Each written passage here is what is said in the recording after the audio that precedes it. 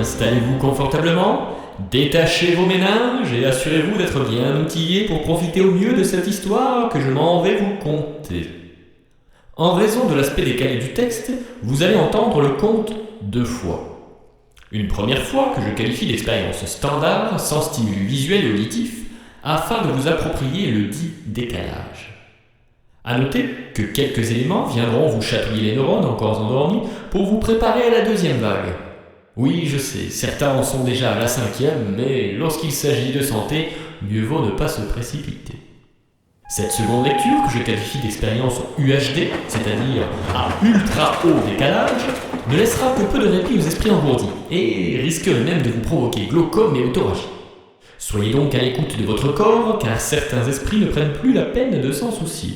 Au décalage du texte donc viendra s'ajouter de la musique et un décalage sonore et visuel important qui donnera, croyez-moi, une toute autre dimension au texte, mais aussi à sa chute. Je vous laisse donc prendre connaissance du conte avec cette première lecture et je vous souhaite un bon voyage pour cette folle virée. Véridique virée. Si je n'avais pas été là-haut en ce temps-là, à présent je ne serais pas non plus ici-bas. Ouvrez donc vos pavillons grandement que je vous dise et pourquoi et comment. C'était un 37 du mois dans la fameuse semaine des 4 mercredis et des 3 dimanches, le surlendemain d'un soir à 12h15, il y a de cela 1000 générations. Alors que je vivotais en célibataire avec ma femme dans un cabanon bien planté qui voguait à la surface de l'eau. Nous n'avions aucun enfant, si ce n'est 42 fillettes et 15 garçons. Finalement, nous est né un petit gars qui était une fille unique. Afin de m'en occuper dûment, j'ai vite pris mes jambes à mon cou en sautant sur un vieux canasson qui était une pouliche de l'année et qui, voulant se mettre en 4, s'est déchiré en 2. Hua ! Comme on filait, le vent qui nous précédait, on le dépassait. Et le vent qui nous suivait, on le laissait passer. Tant et si bien qu'on a fini par se perdre en une forêt si touffue qu'il fallait au moins 1 siècle pour aller d'un arbre à l'autre. J'ai sorti mon fusil tordu et d'une seule balle, j'ai tiré 10 oies qui boitillaient au ciel, les ai accrochées à ma taille, mais voilà que ces fichues boules de poil se réveillent et reprennent leur vol en m'emportant avec elles. J'ai débarqué aux premières nuées. Faisait un tel brouillard que lorsqu'on voulait se moucher, on mouchait le nez du voisin. Si froid aussi que tous les mots qu'on disait tournaient aussi secs en glaçons qui flottaient dans l'air, et il fallait chaque fois attendre le dégel pour savoir ce qu'on voulait vraiment dire. Ces paroles givrées, j'en ai mis de côté, et quand à l'occasion on m'offre chopine auprès d'un feu, j'en dégèle quelques-unes et ça chauffe. Justement, au moment où je me tirais l'oreille, car à force de me dévider en justesse faribole, j'avais plutôt le gosier en feu. J'ai croisé un vieillard nouveau-né à qui j'ai demandé le chemin d'un cabaret où me désaltérer. En silence, il m'a répondu « Je suis le meilleur cordonnier de tous les tailleurs. Quand je pétris ma pâte, pas un seul poissonnier de tous les bouchers ne peut m'égaler. Tel que vous me voyez, je me rends pareillement au comptoir car je me suis salement asséché la glotte à ligoter le feu follet qui a pris la rivière quand une étincelle est sortie de ma glacière. » Voyant que ce blagueur parlait avec bon sens et vérité, j'ai décidé de m'instruire auprès de lui en le fuyant au plus vite. Car on ne connaît l'utilité des fesses que quand vient l'heure de s'asseoir, et on n'est pas pressé quand il s'agit d'arriver en retard. Bref, au lieu de m'arracher les cheveux, j'en ai fait des tresses, une corde à nœuds, les fixer au coin d'un nuage, et j'ai descendu. Mince, au bout de la corde, plus de corde, et je me trouvais encore au beau milieu du ciel. J'ai dû remonter, couper la partie du haut pour l'attacher en bas. Et chaque fois que c'était court, je grimpais des nouées et descendais renouées. Je grimpais, dénouais, glissais, renouais, glissais. Et j'ai fini par m'en mêler et songeais à écrire un précis circonstancié sur le point de croix quand, fort heureusement, j'ai aperçu le clocher d'une église où je me suis accroché et mis à brailler. En bas, de bons chrétiens qui dansaient leur sabbat m'ont entendu et déplié un rond de tissu empli de coton pour éviter que je ne m'ébrèche. J'ai sauté, mais quand j'ai atterri pile en dedans, les gros malins qui tenaient les 4 coins ont été projetés l'un sur l'autre, groin contre groin. Leurs fronts ont fait de sacrées étincelles, la bourre s'est enflammée, l'église s'est mise à brûler, puis le village et ses prés, la forêt d'à côté, le pays entier, le continent aussi a bien flambé, et toute la terre y est passée. De tout cela, somme toute, il n'est plus rien resté que cette histoire à raconter.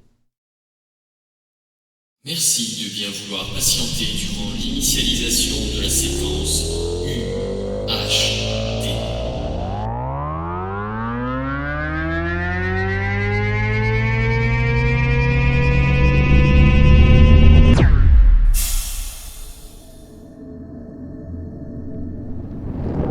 Véridique viré.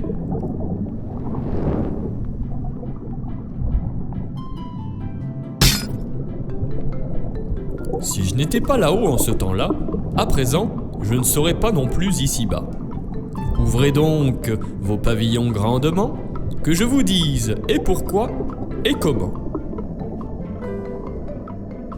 C'était un 37 du mois, dans la fameuse semaine des 4 mercredis et des 3 dimanches, le surlendemain d'un soir, à 12h15, il y a de cela 1000 générations, alors que je vivotais en célibataire avec ma femme dans un cabanon bien planté qui voguait à la surface de l'eau. Nous n'avions eu aucun enfant, si ce n'est 14-12 fillettes et 50-15 garçons. Finalement, nous est né un petit gars qui était une fille unique. Afin de m'en occuper dûment, j'ai vite pris mes jambes à mon cou en sautant sur un vieux canasson qui était une pouliche de l'année et qui, voulant se mettre en 4, s'est déchiré en 2.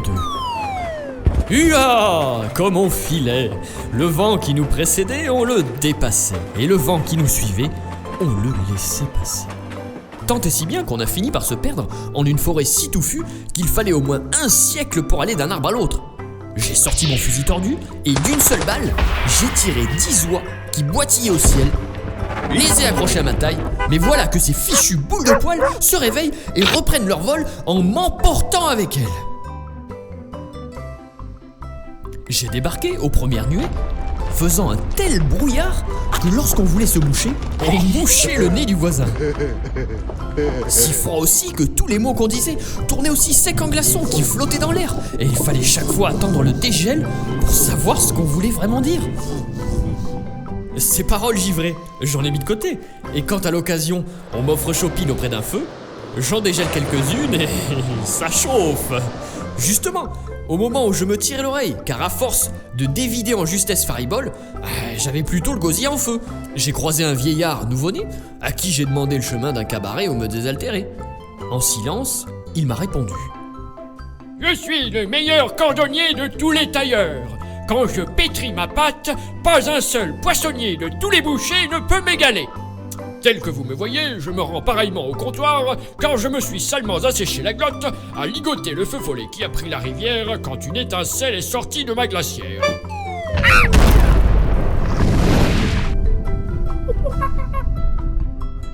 Voyant que ce blagueur parlait avec bon sens et vérité, j'ai décidé de m'instruire auprès de lui en le fuyant au plus vite.